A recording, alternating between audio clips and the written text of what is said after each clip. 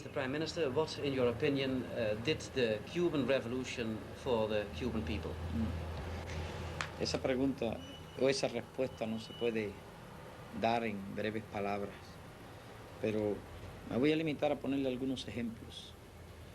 En nuestro país había más de 1 millón de analfabetos y la revolución ha liquidado el analfabetismo en nuestro país. Más de 500.000 niños sin maestros y hoy no hay un solo niño sin maestro en ningún rincón de Cuba.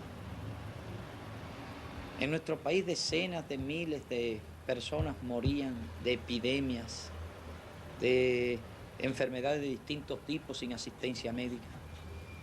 Y hoy eso no ocurre en ningún lugar de Cuba.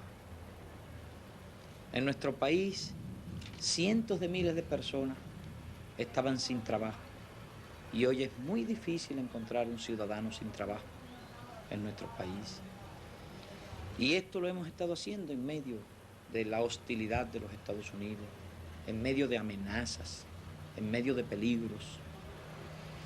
Y nuestro país ha emprendido la senda del desarrollo económico.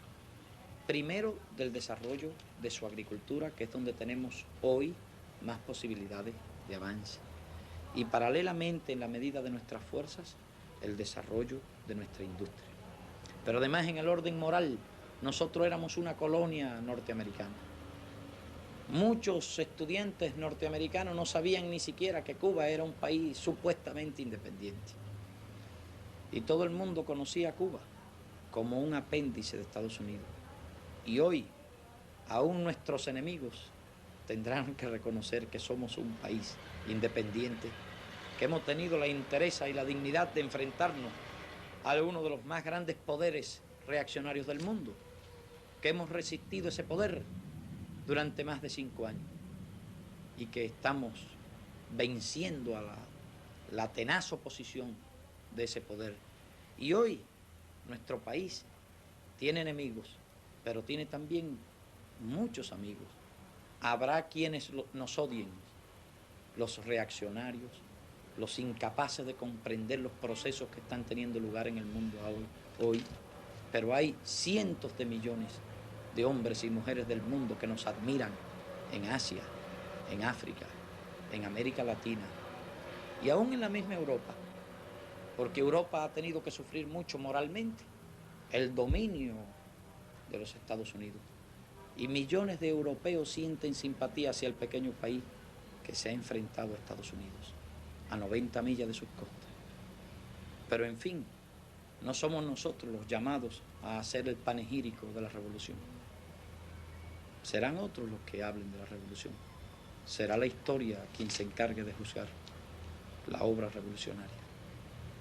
Dat zegt Fidel Castro in een genationaliseerde hotelkamer in Havana.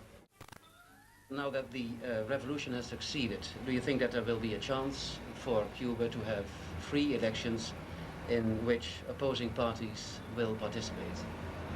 Nosotros tendremos un régimen constitucional, pero será una constitución socialista. De acuerdo con nuestra concepción, los partidos políticos representan intereses de clases y nosotros luchamos por la desaparición de las clases, la desaparición de esa división de la sociedad entre clases explotadoras y clases explotadas. El triunfo de la revolución significa el triunfo de las clases explotadas. Las clases explotadas están en el poder. Su partido, marxista-leninista, está en el poder. En nuestra constitución socialista, las clases explotadoras no tendrán derecho a organizarse en partidos políticos, puesto que su único sentido sería volver a restablecer el régimen de explotación contra el cual lucha la revolución. Many of your political opponents are in jail. I heard an estimated figure of about 15,000. Will they have a fair trial? Bueno, en Cuba hay efectivamente varios miles de presos por actividades contrarrevolucionarias. Ese es el resultado de 5 años de contrarrevolución organizada por los Estados Unidos. Es lógico que los que conspiran contra la revolución y contra su patria al servicio de un país, de los intereses de un país extranjero, no los vayamos a premiar. Están en prisión pero están en prisión de acuerdo con las leyes de la revolución y están en prisión en virtud de sanciones dictadas por tribunales que han creado las leyes de la revolución. Y habrá algunos que están en proceso de juicio, pero todos ellos, la inmensa mayoría han sido sancionados por los tribunales, y los que no hayan sido sancionados estarán pendientes de juicio por parte de tribunales legalmente constituidos. Do you consider your trial in Santiago after the attack on the Moncada barracks as a fair trial? Para el gobierno que me juzgó y para los tribunales que me juzgaron de acuerdo con las leyes de aquel sistema, era un juicio legal y justo. Para mí, como revolucionario, que estaba contra aquel sistema que me parecía un sistema injusto e inaceptable, aquel juicio no era justo. In your speech in Santiago, you talked about freedom for the press, and you said that there is no freedom for the bourgeois press in Cuba. What exactly did you mean by that? Bueno, en Cuba no se censura a ningún periodista cuando escribe un artículo, nadie revisa los periódicos, pero en Cuba la prensa es como en todas partes del mundo. En todas partes del mundo la prensa defiende una línea. En los países capitalistas, donde los periódicos pertenecen a los propietarios, defienden la línea del sistema capitalista. En nuestro país, donde los periódicos pertenecen a los trabajadores y a los campesinos, defienden esa línea. Y efectivamente, para los enemigos de la revolución, para los burgueses, no hay libertad de prensa en Cuba. Yo no recuerdo qué parte del discurso se refiere usted ahora, pero si en el tiempo en que se planteó ese problema con el ataque al cuartel Moncada, nuestro programa todavía no era un programa enteramente socialista. Tenía muchas cosas de las que hemos hecho hoy, pero todavía estaba dentro del marco de un programa de acción general del pueblo contra Batista. Pero la revolución es un proceso. La revolución no es una cosa estática. La revolución es un proceso dinámico.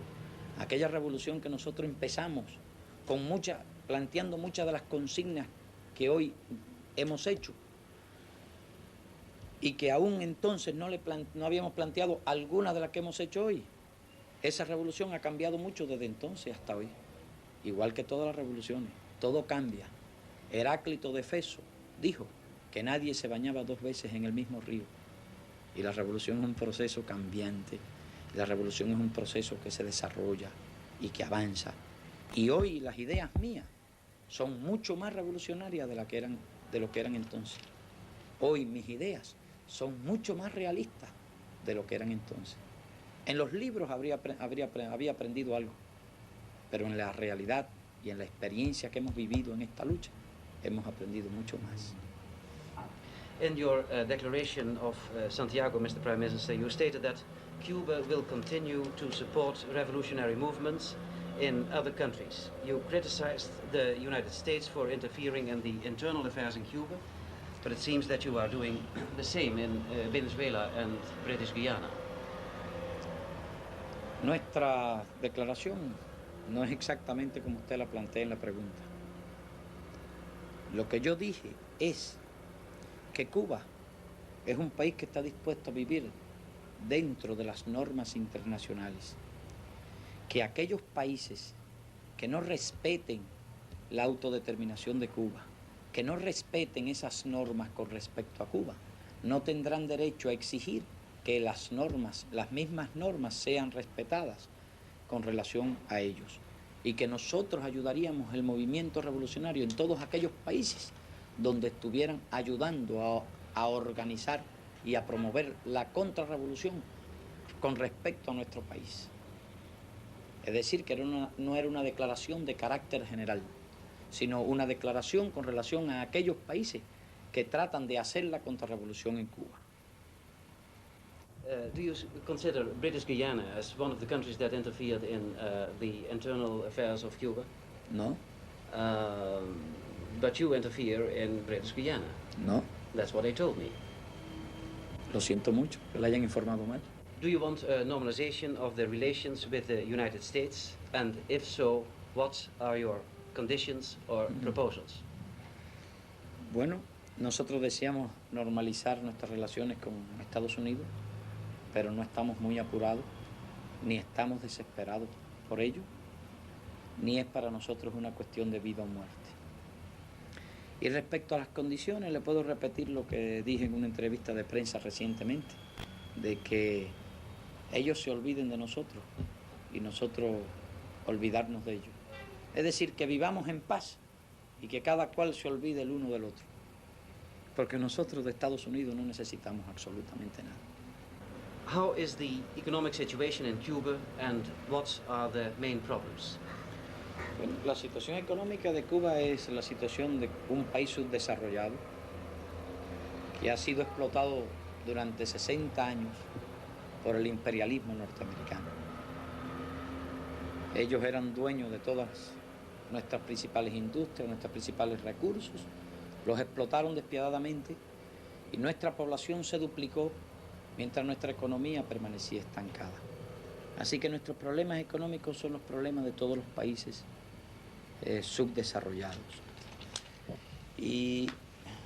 Pero esas dificultades las estamos superando con algunos sacrificios por nuestra parte y además con la ayuda que estamos recibiendo del campo socialista, principalmente de la Unión Soviética.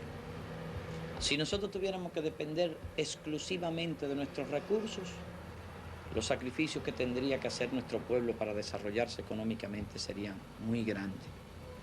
Pero afortunadamente nosotros hemos podido contar con una gran ayuda exterior que nos ha permitido ir avanzando. Y nosotros estamos completamente seguros de que venceremos todas las dificultades. Actualmente nuestras relaciones comerciales no solo son con el campo socialista, sino también con todo el mundo occidental, excepto Estados Unidos. En realidad todos los países del mundo, menos Estados Unidos y aquellos países latinoamericanos que están bajo la égida de Estados Unidos, comercian con nosotros. Y es correcto, porque la política de bloqueos económicos es una política estúpida. La política de bloqueo económico es una política que lesiona los intereses de todos los países del mundo. Estados Unidos pretende establecerle leyes a Europa, prohibirle a Inglaterra, a Francia, a Italia, a España, a Holanda, a los demás países europeos que comercien con Cuba. Al gobierno holandés o al gobierno inglés no se le ocurriría exigirle al gobierno americano que no comerciara con otro país. Y esos puntos de vista norteamericanos están pasados de moda y están llamados al más rotundo fracaso. Cuando Estados Unidos trata de impedir que los demás países comercien con Cuba, está chocando contra los intereses vitales de los demás países del mundo. No porque el comercio con Cuba sea vital para ningún país en particular, pero el derecho a comerciar y la libertad de comercial es vital para todos los países del mundo y principalmente para los países de Europa, que tienen una fuerte competencia con los Estados Unidos, porque las mercancías norteamericanas tenían tarifas preferenciales en Cuba y eso limitaba nuestro comercio, porque nosotros teníamos que vender a todo el mundo, recoger dólares en todo el mundo para pagarle a Estados Unidos. Y hoy esa no es nuestra situación. Nosotros le vendemos a un país y le compramos a ese país. Y no tenemos ningún sistema de privilegios para ningún país. Y desde el triunfo de la revolución, al triunfar la revolución, tenemos libertad de comerciar con todo el mundo. Y este es un buen ejemplo, porque ¿qué le importa a Europa que haya revolución en América Latina? Si la revolución en América Latina sirve para que los privilegios comerciales norteamericanos sean destruidos y América Latina pueda comerciar con todo el mundo.